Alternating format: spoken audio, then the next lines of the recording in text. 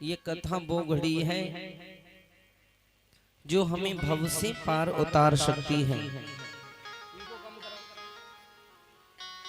और जीवन में हमने यदि सत्संग नहीं किया, भगवान का भजन नहीं किया, कथा श्रवण नहीं की, संकीर्तन नहीं किया, संतों का संग नहीं किया, तो हमने कुछ नहीं किया। जिसने संतों का संग किया है, परमात्मा की कथा श्रवण की है, उसने जीवन में बहुत कुछ किया है। जीवन इतना बड़ा होता है, बाल्यावस्था से लेकर के बुढ़ापे तक जीवन में अनेकों संघर्षों का सामना करना पड़ता है, अनेकों विषम परिस्थितियां झेलनी पड़ती हैं। लेकिन कभी भी ये मनुष्य है ना, भगवान को सुख में याद नहीं करता। जब विषम परिस्थितियां आवे तब भगवान की याद आवे। भगवान की याद कब आती है? जब विषम परिस्थितियां हो, लगता है कोई हमारा काम होने वाला नहीं है, परमात्मा 1.25 कुंटल के लड्डू चढ़ाऊंगा, मेरा ये काम हो जाए। तो ये तुम्हारी कामना है, तुम्हारा मन है, इसलिए तुम भगवान को याद कर रहे हो। जब तुम्हें कोई काम ना हो, जब तुम्हारा कोई मतलब ना हो, तब भगवान को याद करो। तो भगवान कहता है चलो बिना मतलब की याद कर रहा है, मुझे भी सुनना चाहिए। है? कभी भजन किया है बिना मतलब के? मेरे बेटे की नौकरी लग जाए, भगवान झंडा चढ़ा दूंगी बालाजी महाराज। हाँ हाँ, भंडारा करवा दूंगी इतने मन का। लेकिन वैसे कभी बोला है कि बालाजी महाराज हम झंडा लेकर के आ रहे हैं, हमें कोई काम नहीं है? किसी ने बोला है? नहीं बोला।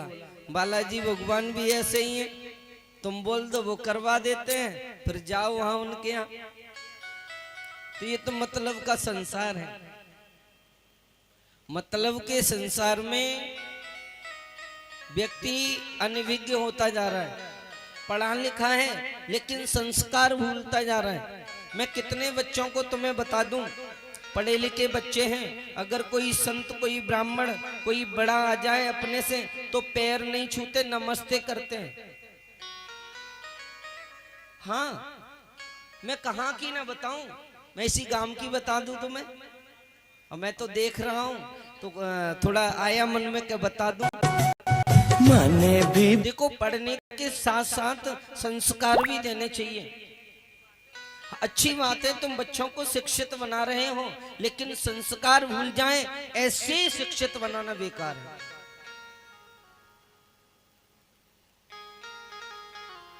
शिक्षित के साथ में संस्कार भी होना जरूरी है।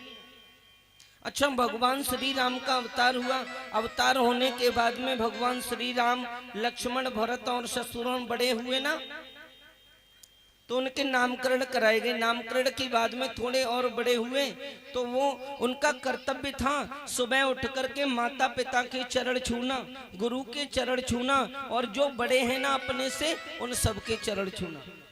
प्रातः काल उठी के रघुनाथा, गुरु पितमात न भावई माथा। सुबह उठ करके माता पिता के चरण छूते हैं, गुरु के चरण छूते हैं, अपनों से जो बड़े हैं उनके चरण छूते हैं।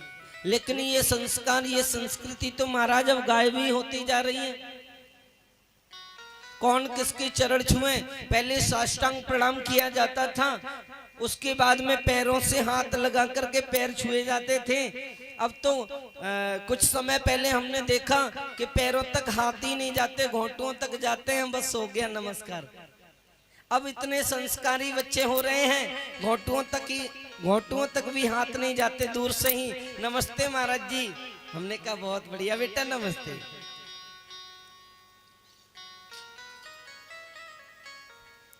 बोली माँ की बिहारी लाल की।